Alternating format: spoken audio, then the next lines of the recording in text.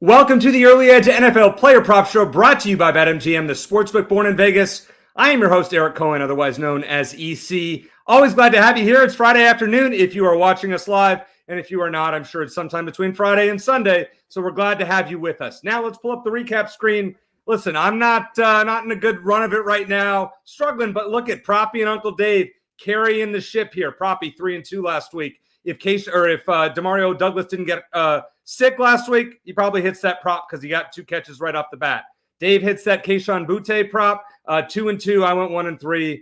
Rough one when I pick a Giants kicker. So let us bring in the stars of the show and talk about how to fix things, especially on my end. We have the super genius, the number one fantasy football expert on the planet. As far as I'm concerned, it is the one, the only, Uncle Dave Richard from CBS Sports. And we have the best prop bettor on the planet. He is already in one unit or more plays in the NBA. He's already 5-2 this year. He's got 2 more for you tonight. If you are a SportsLine subscriber, take a look. Guess who tailed today?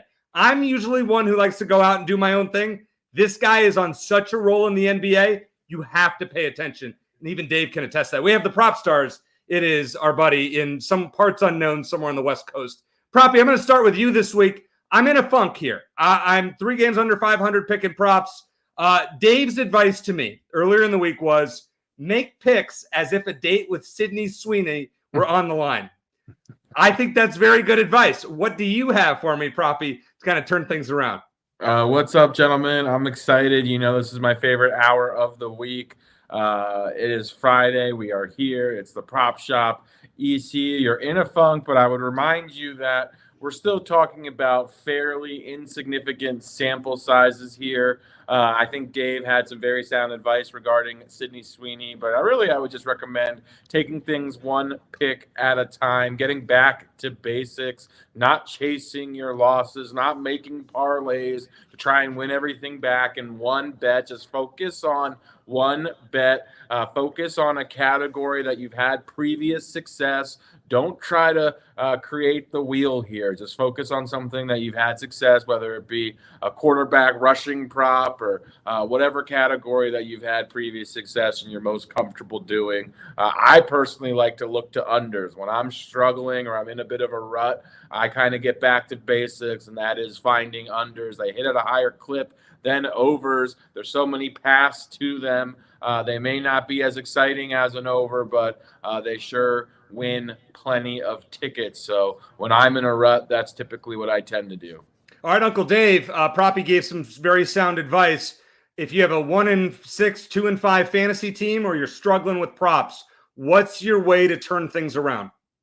Well, the first thing you've got to do is be willing to put in the work. And I'm thinking about this more from the fantasy angle of it than it is with player props. But in both cases, it's true. You have to look at what you've got. And then in the case of fantasy, you got to go to your waiver wire and see what's out there. Maybe a trade is something that you do in your fantasy league. But you can't just sit there and stare at your lineup and magically wish it's going to get better. That's not how things work. You have to put in some work to make things better in fantasy. And you have to put in some work to make things better when it comes to your picks as well. The thing that Prop said, that I certainly have said, remember when I went 0-4 to start this year? Mm-hmm. I said I needed to get back to basics. And last week I kind of strayed from that a little bit and actually worked out. The Kayshon Boutte bet is an example. But I'm trying to go back to basics again this week. And so you'll see that with my picks. We're going with stars. We're going with players that have a track record, things where the data and the analysis makes sense. And I'm not just wishing for a player to catch a pass. I'll give you an example, EC. I really like what I've seen from Dontavian Wicks of your Green Bay Packers. I think he's a great receiver. I found some metrics that absolutely shine a huge spotlight on him, both for fantasy and for betting. The over-under on his receiving yards is 25.5. His receptions are 2.5. At first, I was ready to jump in, cannonball into that pool. And then I remembered, he's not a big-time player. He plays about half the snaps. And what happens if this is a matchup where Jacksonville just falls on their face, the Packers run the football, and by the middle of the third quarter, Jordan Love isn't throwing anymore? Is that the more likely outcome, or is a shootout the more likely outcome, where Jordan Love will need Dontavian Wicks. So I don't mind talking up Dontavian Wicks and giving him as an unofficial play and all that stuff. And maybe he's worth half a sprinkle, but he's not going to be one of my official plays because I don't want to go too far off the path that I really trust, which is stick with players who have a track record. You know they're good at what they do, and the props are easily attainable to get that dub on Sunday. All right. Well, Uncle Dave, you have a player that you and Proppy actually share this week, a running back who I drafted in way too many places that got off to a slow start this season. You and Proppy are all over it, but from separate angles. Let's start with Bijan Robinson in Tampa Bay, or facing the Buccaneers. Yep. What is your play? I like the rush yards over. So over 62.5 rush yards at -115. And we've seen Bijan, and you have to be happy about this, EC. He's gotten back on track, and it's been against bad run defenses. He's gained at least 95 rush yards in each of his last 2 games. Now, the Bucs run defense, they're not bad. No matter how Derrick Henry made them look, they're not that bad. But changes to their offense make me think that this will be more of a grinded out type of game, unlike what we saw a few weeks ago where Kirk Cousins was throwing like crazy. Baker Mayfield threw like crazy early on. I don't think it's going to be like that this week. I don't see the Bucs offense being the same without Evans and without Godwin, and that means fewer points for them. And it should also mean a slower pace for the Falcons, giving more opportunities to Bijan Robinson. And I think he's earned them over the last couple of weeks. I think that he's looked very good. You know that he runs that zone scheme that the Falcons like to use, and he's looked great. So it's a step up in competition, but I think he can show that what he's done in the past couple of weeks can be applied this week. And the best thing about it is that over those last 2 weeks, Eric, as he's thankfully, I'm grateful for it. He's outtouched Tyler Algier 30-13 in the first 3 quarters of games. So there was a fourth quarter against Carolina. Algier dominated. Throw that out. And it's been the Bijan Robinson show for the most part. And that's the biggest difference between what happened the last time he played Tampa and what's going to happen this week. So we're going over 62.5 rushing yards for Bijan. All right, so there we go. Proppy, I love Uncle Dave's play. I know you do as well. So which way are you leaning for Bijan Robinson? Yeah, I'm backing Bijan as well, except for I'm going to go back his combination line over 89.5 combined rushing and receiving yards. I like this combination line for a variety of reasons. First and foremost, Dave made some great points about Bijan getting back on track the last 2 weeks. 25 yards and 27 yards, rush yards over expected. So the efficiency has really improved after a really kind of slow start in the rushing department for Bijan, where Bijan has not had a slow start, where he's been absolutely exceptional all season long, has been receiving out of the backfield. He is number 1 in ESPN's receiver rating at running back. He has been highly, highly efficient catching passes out of that backfield. It makes him matchup proof. Whether the game script is the Falcons trailing or the Falcons leading, Bijan is a big part of that offense, which is why I'm choosing to attack this combination line. He's averaging 1.31 yards per route run. That's a very good number for a running back. 28 targets. He's turned 24 of those into receptions, 200 yards. If the Falcons decide to go pass heavy, he is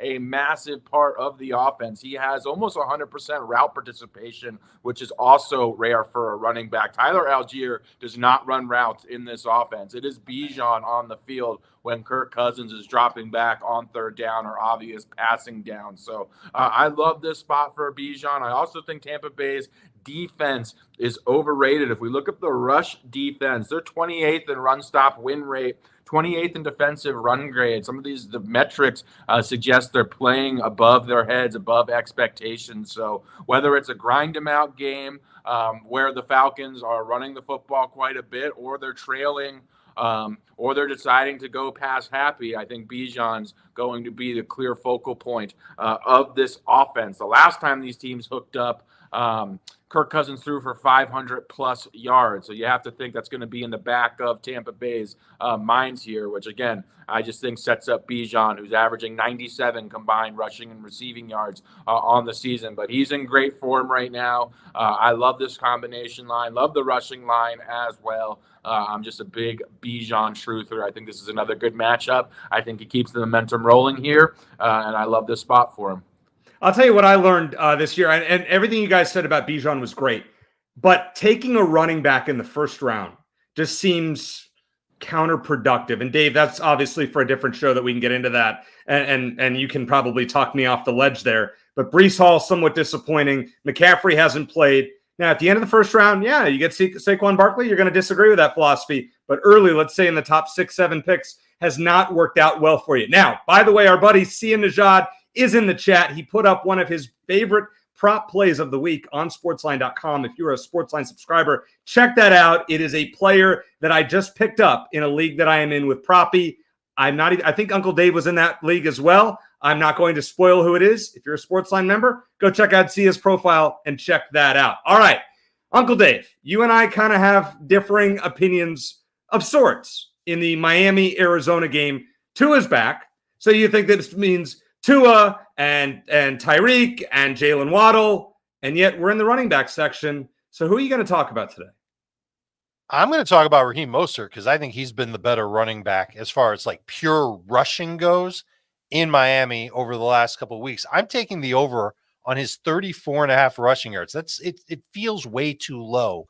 It's at -118 at BetMGM. Since he's come back from injury, Mostert has had at least 50 rush yards in each of his past 2 games. And he's looked good, EC, not like someone playing through injury like he was at the beginning of the season. I think the Dolphins have learned to lean on him without Tua Tagovailoa. And I don't think that changes with their quarterback returning this week. Now, Arizona's run defense was surprisingly good last week against the Chargers. That cost me in a couple of leagues myself because I have J.K. Dobbins. But Arizona's run defense, I don't buy it. I don't think that that's what they really are.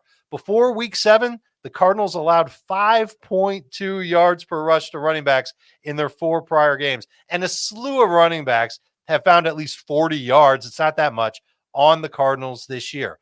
I think we could see him get around.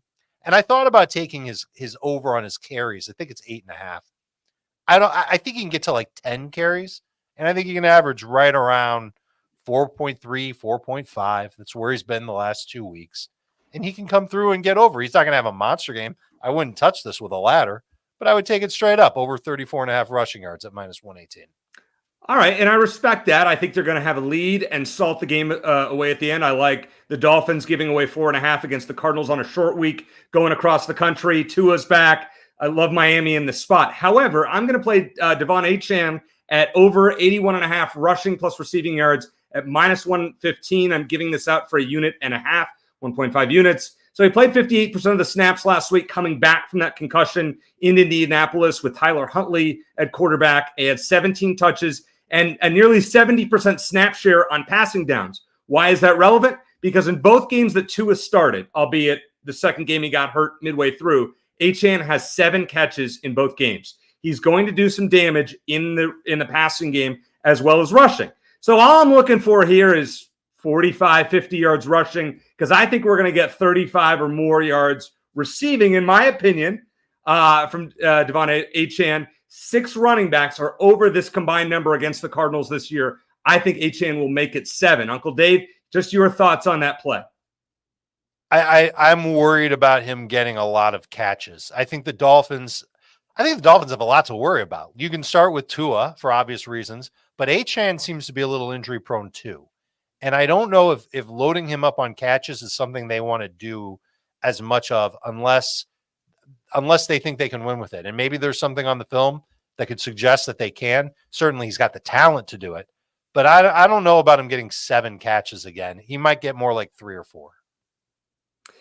Fair enough. All right, we'll see about that. Proppy, speaking of Miami against Indianapolis last week, one guy that the Colts did not have was Jonathan Taylor. So apparently he's off the injury report. He's back for the Colts this week. Yeah.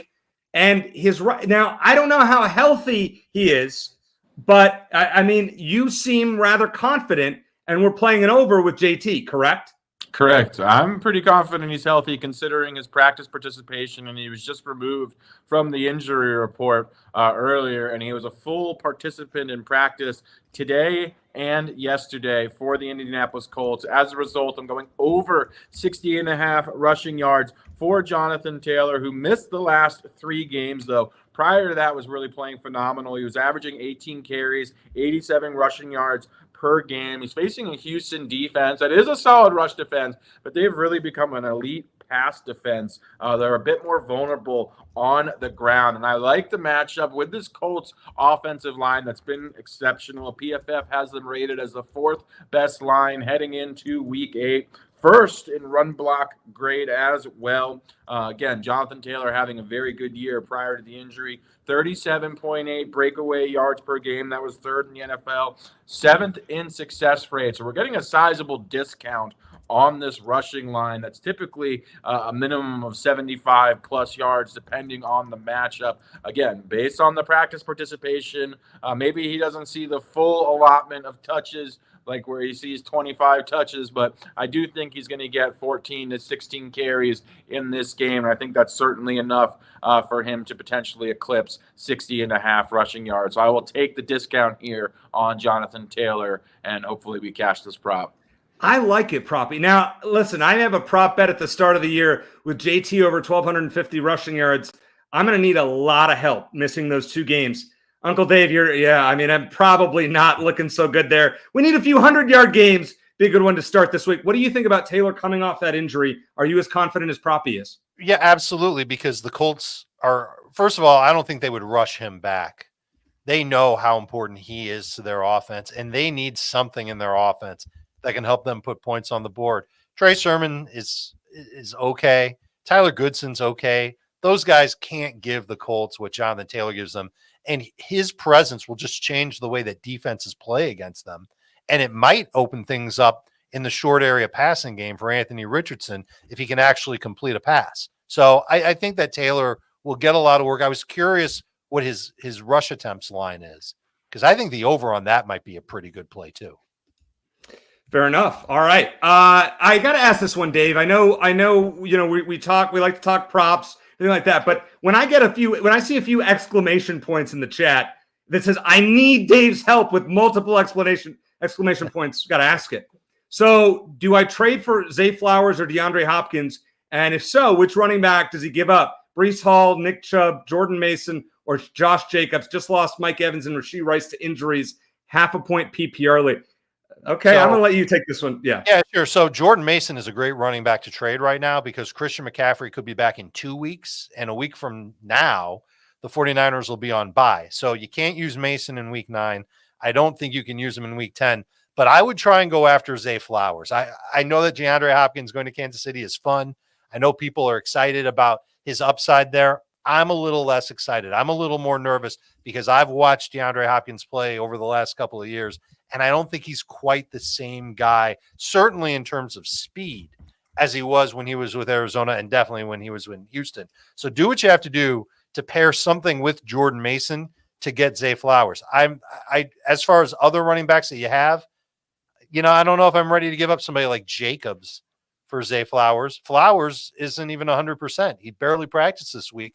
He's a very small reason why I'm taking a prop about the Ravens later on in the show today. I didn't even do my cheating and looking ahead. We'll find that out here in a bit. Proppy, how high would you go on this Taylor prop, by the way? I'd go up to 64.5. All right, fair enough. Uncle Dave, you have the last running back prop this week, and it's the best fantasy, and the guy you want to bet on every single week because he's hitting literally, I think 5 out of 6 weeks, he's probably gone over his rushing prop. You're going to bet on 6 of 7. Who is it and why? It's Saquon Barkley. We're going over 75.5 rush yards at minus, where do we get at? Minus 113. That's crazy. I've seen this at all the way up to 80.5, and I would be okay taking it at over 80.5. That's how much I really love what I've seen from Saquon Barkley this year. And the way I landed on this prop is because we kind of made jokes about every week you're going to see Derrick Henry on this show. And this week, Derrick Henry is playing the Browns. And I don't know if I'm ready to take Derrick Henry at a huge number against the Cleveland Browns. But Saquon Barkley, Against Cincinnati, yeah, I'm good with that. He has at least 84 rushing yards in 5 of 6 games. So why the low number? Maybe the odds makers think the Bengals' run defense is legit after they slowed down the Browns last week. But I view that more as the Bengals' defense taking down a substandard offensive line. I think the Eagles proved last week that even without Jordan Mailata, their starting left tackle, they can still push people around. 4 running backs have hit at least 80 yards against the Bengals this year. And all actually had at least 90 yards, and they all had at least 15 carries. Barkley's had at least 15 carries in 5 of his 6 games. And the 2 running backs this year that had 15 carries and did not get to 80 yards were Tyrone Tracy and Brian Robinson Jr., and that was against the Bengals. So those are the 2 running backs against the Bengals, I should say. I think Philadelphia's made it clear. Saquon's a big part of what they do. He's able to rip off chunk plays, and I think he's going to need to do that to get over 85 yards again. So whether it's 75.5, 80.5, you want to ladder this to 90? I think I'm okay with that too. I think Saquon Barkley is going to be a big part of what the Eagles do this week. Well, I'm going to have what I'm going to call a complimentary play to your Saquon play later in the show. We'll see if you like that. Yeah, we'll see if you like that or not. Probably I want to ask you about this one. Hef put it in the chat. Javonte Williams from Denver over 64.5. He says it's free money against the awful Carolina Panthers. Uncle Dave says free money. What do you say, Proppy? I say it's a big number for Javonte Williams, who I backed in his last game, but suddenly this number has risen from the mid-40s into the 60s. Obviously, the Panthers have something to do with that, considering the run defense is absolutely dismal, but it's still a big total for a player I don't fully trust, that's been largely inefficient in an offense that has sputtered. So while I do like Javonte Williams, I'm more interested in playing him at a discount than I am at a bloated, inflated number. So it's a pass for me personally. Fair enough. All right.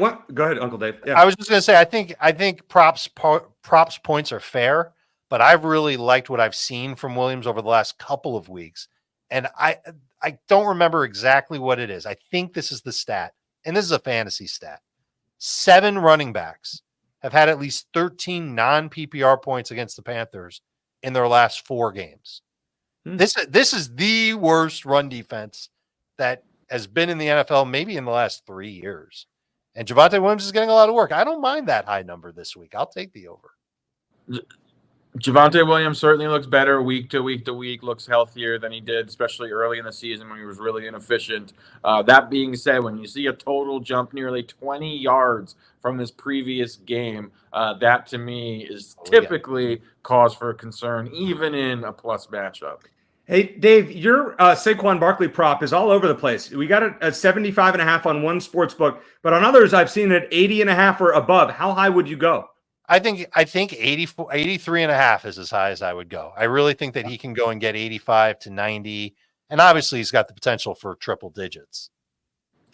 You know, Japan is in our live chat right now giving out his anytime touchdown predictions. And in case he doesn't score first, his predictions don't score first, but score second, we have a way for him to make some money here. So we've all had our first touchdown bet called back before. BetMGM is giving you a second chance. With BetMGM's Pro Football Second Chance, place any first touchdown score bet. If your player doesn't score first but scores second, get your entire stake back in cash, no opt-in required. Here's how it works. Place a pregame straight first touchdown bet in any NFL game. If your player scores the first touchdown of the game, win your wager as normal. If your player scores the second touchdown in the game, you'll get your stake back in cash. It's that simple. Log in to BetMGM for more details. Coming up next, let's talk receiving props after we hear from one of our sponsors. CBS Sports HQ, giving you college football coverage unlike anyone else. We're talking Big Ten. Pre- and post-game coverage. Are you encouraged with the way that this team responded? Along with breaking news. A lot of movement in the rankings this week. Highlights and expert analysis. That streak could be in jeopardy here. Sure. What was your main takeaway from this game? How impressive was his domination? That really changed the football game. Let's go ahead and have some more fun. Another wild ending. The chaos continues. Turn to CBS Sports HQ. All right, Proppy, it is time for receiving props. Uncle Dave is staying out of this market this week, but don't worry, he'll be heavily involved in this segment. As per usual, you're going to start us off. There's a new acquisition in Kansas City. Dave just talked about him a little bit with a question that we had in the chat. DeAndre Hopkins is Patrick Mahomes' new toy in the passing game. Is this a week? He just got there. He doesn't know the playbook. What are we doing with DeAndre Hopkins this week in Kansas City? I'm going to speculate a little bit here, EC, and I'm going to take a DeAndre Hopkins prop going over 36.5 receiving yards. So DeAndre Hopkins, Dave mentioned, and I agree, he's not the same receiver that he was on the Houston Texans. Having a difficult or struggling this season, if we look at his numbers, haven't been very good. But I attribute part of that to DeAndre Hopkins coming into the season with an injury, not operating at 100%, and B, just playing in an absolutely terrible passing offense with a subpar quarterback. We know now Patrick Mahomes is a significant upgrade over Will Levis. Also, DeAndre Hopkins looks like an exceptional fit in this Kansas City offense. The reason being, DeAndre Hopkins, despite not being the same guy that he was on the Texans, is still an elite target earner. He also wins in the areas of the field that both Rashee Rice and Juju Smith-Schuster operate in, and that's in the intermediate and short parts of the field. That's where DeAndre Hopkins really will go to work, and that's why I think he's a great fit. He's also just a savvy veteran, and then you have a quarterback like Patrick Mahomes. I think we're going to see an instant connection here, and Xavier Worthy right now is nowhere close to being a reliable target earner, and he's not getting open. So they really need another guy to take some of the pressure off of Travis Kelce, and Patrick Mahomes just needs another reliable target. Andy Reid was asked if DeAndre Hopkins was going to play, and his answer was, why not? So clearly, I don't expect him to be out there for every Patrick Mahomes drop back, but I do expect him to run maybe 40 to 60% of Mahomes' dropbacks, which is certainly enough to get 37 yards, especially against a Ravens pass defense that PFF has them ranked 32nd in coverage grade. So this is a good matchup as well. I think Mahomes wants to play with his shiny new toy as well. I think we'll see the connection on full display. DeAndre Hopkins has been in this league a long time. I think we're going to see them have an instantaneous connection. I think he's going to be out there more than people are speculating or we might think. So I also think suddenly when you're playing in the Chiefs offense with Patrick Mahomes, that injury may not be as bothersome as it was that hampered him in Tennessee. So I like DeAndre Hopkins, but I will say this is a little bit speculative over 36.5 receiving yards. How high would you go, Proppy, on this one? I'd go up to 39.5. There you go. So somebody in the chat asked about 38.5. There you go. All right, Uncle Dave, I got a kind of one that we're gonna combine a few chats together. Of these three plays, which is your favorite? We have Kale saying Rome Odunze over 33.5 receiving yards. We have Big Cheesy saying Xavier Worthy over 38.5. Proppy just talked about him. Or we have Japan saying Khalil Shakir over 40.5 receiving yards. So you go in Odunze, Worthy, or Shakir. Which one of those props do you like the best? I think, first of all, I don't think I love any of them. If there's one that has a chance, I'm going to say Shakir, because that game between the Bills and Seattle could end up being fairly high scoring. Buffalo might need to put the ball in the air a little bit more than they prefer. And Khalil Shakir, I think, is going to continue to see easy coverage with Amari Cooper now on the field. Keep in mind, Amari Cooper barely played last week. Played about a third of the snaps, scored a touchdown, got a little help from Keon Coleman on the play. It's kind of a funny thing to see. But Shakir is somebody who I think can step up and be the plan B for Josh Allen when plan A is covered and plan A is Amari Cooper. Plus, I would add to that, it's also very valuable to be the starting slot receiver in the Josh Allen offense, which Khalil Shakir is, and to basically run every route on a Josh Allen drop back, coupled with the fact he's running them primarily from the slot. That's just a very advantageous position for any receiver to be in. Proppy, Uncle Dave earlier in the show talked about Dontavian Wicks and said, maybe worth a sprinkle. You're doing a little bit more than a sprinkle here on his teammate. Who is it, and what's the bet? Yeah, this is an interesting one. This is Romeo Doubs, and this is a 1.5 unit play for me. my second biggest position thus far. I'm going over 44.5 receiving yards on Romeo Doubs. Okay, this is going to be a little bit long-winded, but we're playing against the Jacksonville Jaguars. They are the best matchup, in my opinion, for opposing wide receivers. I'll explain why. They're a massive pass funnel. That's twofold. One, because their run defense is actually not bad. And two, and more importantly, their pass defense is absolutely atrocious. 32nd in EPA per dropback. They couple that with it being completely ineffective at getting after the quarterback. The 32nd in blitz rate. On top of that, they play man coverage at the highest rate in the NFL, and they double team at one of the lowest rates in the NFL. So what that means is basically we can determine that number one receivers are going to have very advantageous matchups against this Jacksonville Jaguars defense. And that has been the case all season long. And then if we look at Romeo Doubs, he has a 16% first read target rate, and that is by far the highest rate of any pass catcher on the Green Bay Packers. So despite Jaden Reed being, thought of as the more talented guy, Romeo Doubs is earning targets at a higher rate, coupled with he is being looked at as the first read. And you could actually make a strong case that Jaden Reed is a significant regression candidate in this offense. But basically, the target distribution against the Jags, it goes to the opposing number one wide receivers. That is Romeo Doubs right now in this offense. 89% route participation. That is lovely. 19% target share. That's above average. So, yeah, he's basically in a decent role in a high upside offense. And then this is just a mouth-watering matchup against the Jacksonville Jags. So typically not someone I look to back, but again, considering his role in this Green Bay offense, how much Jordan Love is looking his way, and this matchup just being absolutely incredible, coupled with the fact that we have an idea that where these targets are going to get funneled to, I just think this is a fantastic spot to back Romeo Doubs, especially at this low number. I'd play this one up, and this is what I am laddering up high. And I think he has potential to go 80, 90 plus yards in this game if Jacksonville can push Green Bay.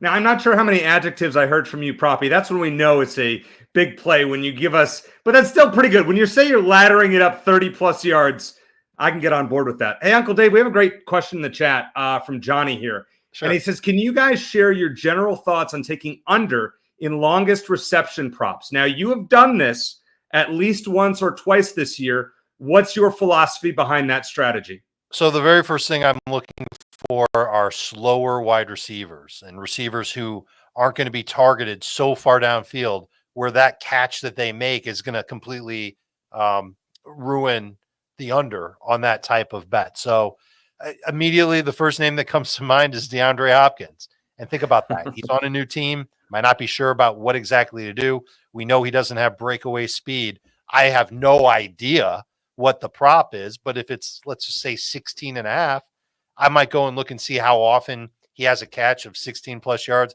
How often are those catches deep targets versus short targets where he breaks a tackle and makes a play? How does the defense that he plays against do as far as broken tackles? Now, listen, sometimes defenses are awesome at not letting receivers get more yards, but they could have one bad play and a 5-yard gain turns into a 25-yard gain, and the bet is sunk. The other thing that I'll look for besides a slower wide receiver is a wide receiver who I don't think is going to do pretty well in a given week. Maybe not see the same type of target volume.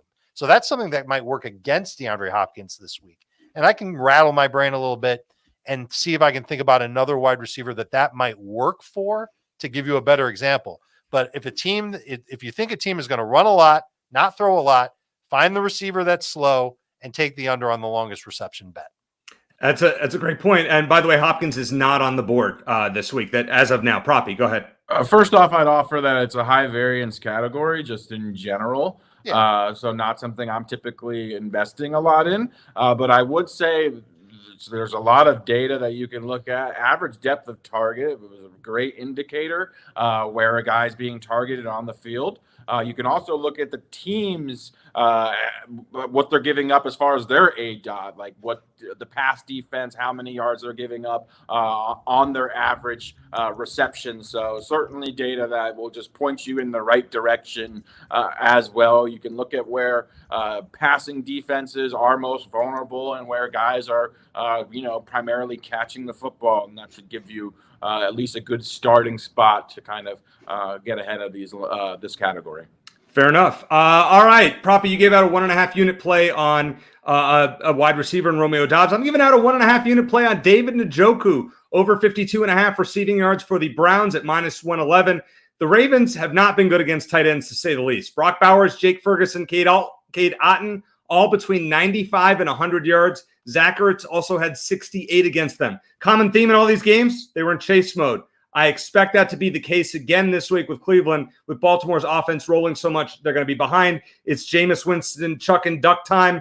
Njoku should get plenty of targets. Last week, he led the team with a 27% target share and a 31% first read share, had 14 targets. Now he gets a better quarterback. 52.5 yards to me is too low.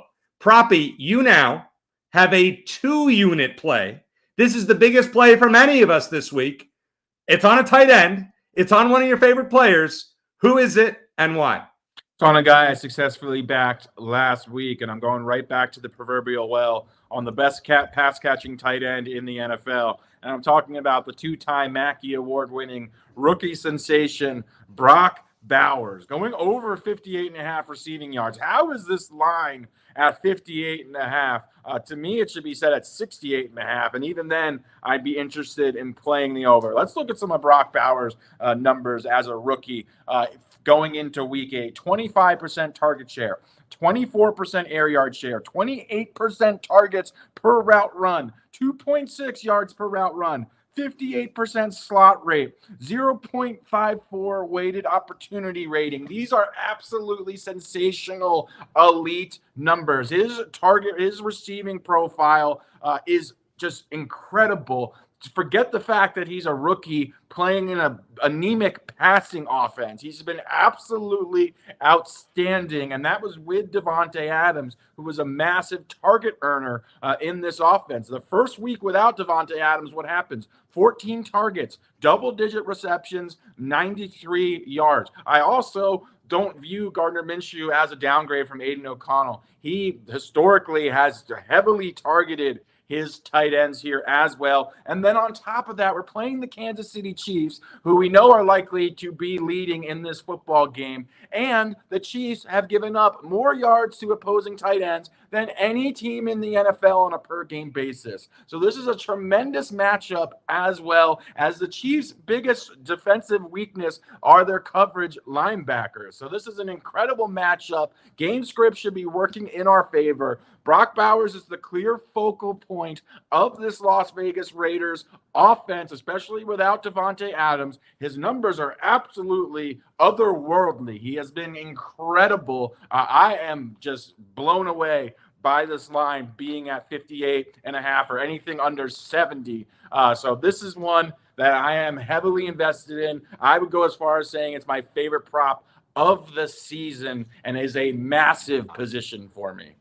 Whoa. All right. If you're listening, if you're watching, listen to just repeat in your head what Proppy just said. Biggest play of the season thus far. Uncle Dave. Now, Big Cheesy says, why does Uncle Dave look like he doesn't like the Bowers pick? I think you do like the Bowers pick, right? Of course I do. It's a fantastic play. To call it the biggest play of the season, I mean, I'd have to go back and think about all the other plays that you've made. I don't know if I can think of one from the past 7 weeks that's been amazing, that I remember. But Bowers is awesome. And there's no guarantee that Jacoby Myers is going to play. He practiced this week and then he didn't. I don't know his status as we sit here on Friday. But if he's out, that makes Bowers all the better. All right. I want to go back to something. Now, Dave said earlier in the show, he said, you got to go back to what's working. Okay. So I'm going to do this for my kicking prop. But then in previous weeks, Dave said, why would you give out super juice like this one? Because let me tell you why. Jake Bates, over 1.5 field goals at -143. Okay, that line's a little stinky. I'm only giving it out for 1 unit, but I'm going to tell you why. You know who the Lions are playing this week, people? The Tennessee Titans. And Tennessee, I love to play this prop against the Titans. In 20 of their last 23 games, going back to last year, the opposing kicker has made multiple field goals. That's 5 of 6 games this year. The only time it did not, I gave out Greg Zuerlein against him in week 2. But we won't talk about that. This is still a winning formula for us. Jake Bates is perfect, 10 for 10 in field goals. He is over in 3 out of 6 games this year. I'm going with a potent Lions offense with this Titans trend. We're going for it, baby. 1 unit. I'm sorry, the stinky line. Go ahead, Proppy. There was a rumor that I can't personally confirm or deny that EC wanted to make this a multi-unit play so badly, but Uncle Dave and producer Jake denied him that opportunity, that they got into a big conflict pre-stream, and ultimately EC was only allowed to make it a 1 unit play. But yeah, there was some serious tension apparently regarding this being EC's multi-unit pick of the week. I learned from the best. I will just say that. Sometimes you just need a reminder. All right, coming up next, Uncle Dave and I are going to give out a couple of passing props after we hear from one of our sponsors.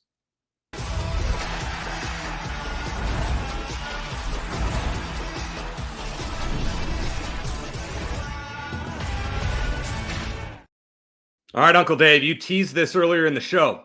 We talked about the Ravens, and you said you had a play that kind of made sense in this Ravens-Browns game with a passer. So obviously it has to be Lamar Jackson, but I'm not sure I saw this coming where you're going with it. Why are you doing this?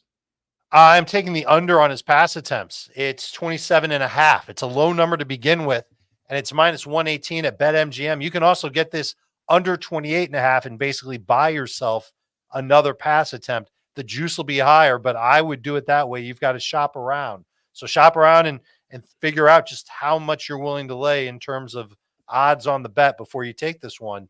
But hear me out first.